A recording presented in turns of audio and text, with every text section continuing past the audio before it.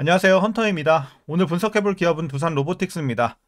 자, 최근 몇 달간 박스권 횡보를 이어가면서 사실 재미없는 구간이 이어지고 있습니다. 뭐 거래량도 사실상 최근에는 거의 없다시피 좀 재미가 없는 구간이 이어지고 있는 상황에서 최근 며칠간 그래도 좀 반짝 반등을 해주긴 했습니다. 아시다시피 뭐 테슬라 관련해서 그리고 이제 트럼프 관련해서 호재들이 조금 들어오고 있는 상황에서 오늘 또 합병 승인이 떨어졌죠. 공시가 떨어지면서 자세한 건 조금 이따 뒤에서 이슈 시간에 알아보도록 할 건데 어쨌든 이런 것들로 인해 최근에 좀 좋은 움직임이 이어가고 있긴 한데, 자, 이런 상황에서 우리 앞으로도 꾸준한 지금 상승세 이어지면서 뭐 박스권 구간도 좀 탈피를 할 수 있을지, 그리고 뭐 전고점까지도 우리가 노려볼 수 있는 상황일지 분석을 통해서 향후 주가의 흐름 알아보도록 하겠고요.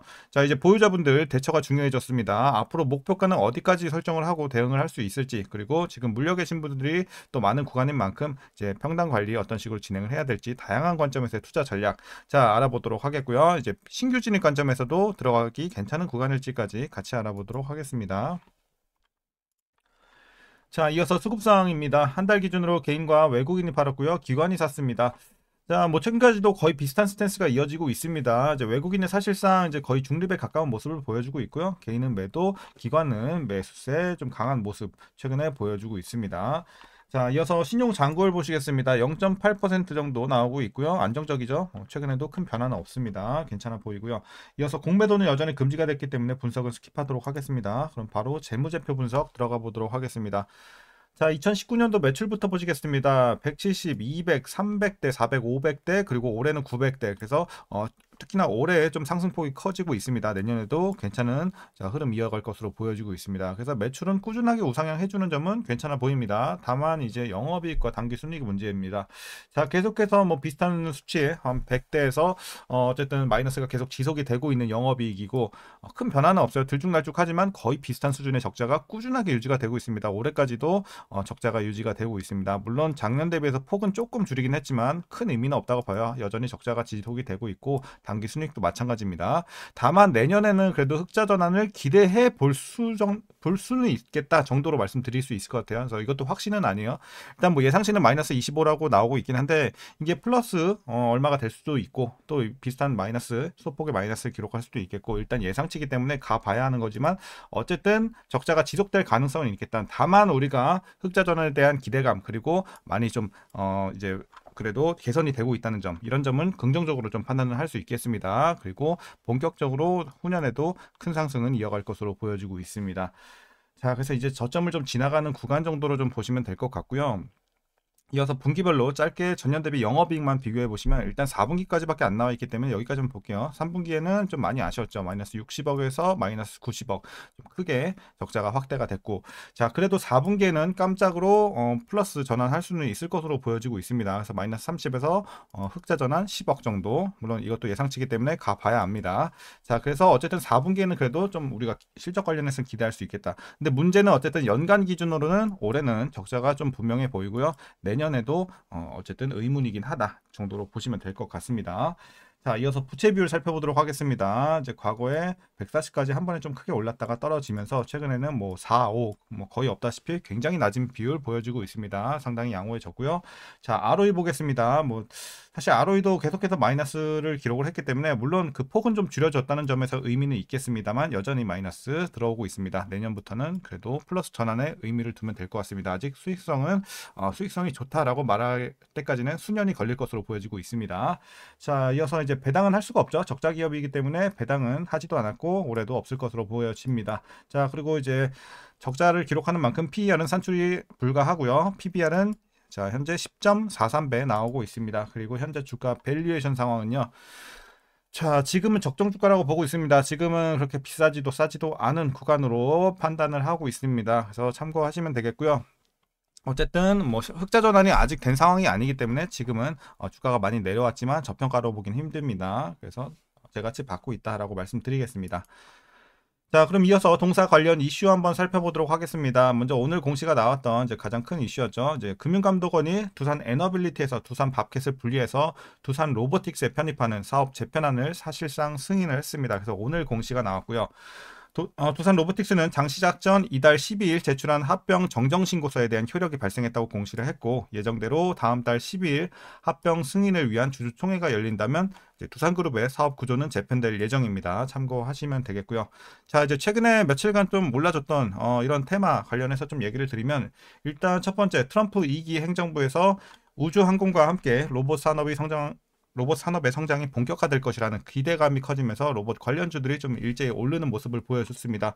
자, 그리고 일론 머스크 테슬라 CEO가 이 로봇 관련 규제를 완화할 것이라는 기대감이 또 반영이 되고 있습니다. 이제 머스크는 주력 사업 중 하나로 휴머노이드 로봇을 개발 중에 있죠. 그렇기 때문에 이제 관련주로 좀 수혜를 입을 것으로 예상이 되고 있습니다.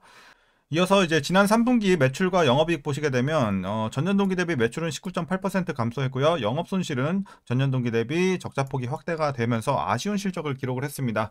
자, 그 배경으로는 글로벌 고금리 지속 및 제조업 경기 불확실성에 따른 시장 부진으로 매출이 일단 감소를 했고요. 그리고 P시리즈, 차세대 제어기 등 신제품 개발 및 유럽 지사 설립 등에 따른 비용이 증가를 했습니다. 이런 것들 때문에 제 실적이 좀 아쉬웠던 3분기였습니다. 특히 두산 로보틱스는 이번 합병을 앞두고 이 실적 반등이 절실한 상황으로 보여지고 있습니다. 그리고 이제 주주 불만을 잠재우기 위해서는 무엇보다 동사의 흑자 전환이 좀 절실해 보입니다. 그래서 어쨌든 실적이 빨리 턴어라운드를 해줘야지 본격적으로 좀 우리가 주가에도 그렇고 좀 투심에도 힘이 실릴 것으로 보여집니다. 자, 그리고 지난해 IPO 간담회 당시 류정훈 대표는 뭐라고 얘기를 했냐. 자, 올해를 흑자 전환 원년으로 또 제시를 했었고, 그리고 내년 영업이익률 21%를 달성하겠다라는 목표를 제시한 바 있습니다. 다만 업계에서는 현실적으로 봤을 때 이제 두산 로보틱스의 흑자 전환은 당분간은 좀 힘들다고 보고 있어요. 그래서 조금 갈리는 상황입니다. 자, 그래서 아직 불확실성이 남아있는 현재 실적의 상황이고요. 그래서 흑자 전환은 아직은 좀 미지수다라고 말씀드리겠습니다. 이제 마지막 이슈입니다. 두산 로보틱스는 중장기적으로 두산 밥캣과 선진 시장 내 고객 접점 확대, 그리고 두산 밥캣 글로벌 생산기지의 협동 로봇 솔루션 적용 등으로 추가 매출을 확보를 하면서 매출을 증가시킨다는 계획을 가지고 있고요. 뿐만 아니라 합병 이후에는 AI, 머신러닝 등 다른 사업과의 시너지를 낼 수 있는 M&A도 검토하고 있습니다. 자, 그리고 이제 지배구조 개편을 진행을 하면서 올해 목표로 하고 있던 외적 성장이 지연되고 있지만 두산 밥kit과의 시너지를 통해서 내년부터는 추가 매출이 나올 것으로 기대가 되고 있습니다. 그래서 이제 향후의 시너지 좀 기대를 해보면 좋을 것 같습니다.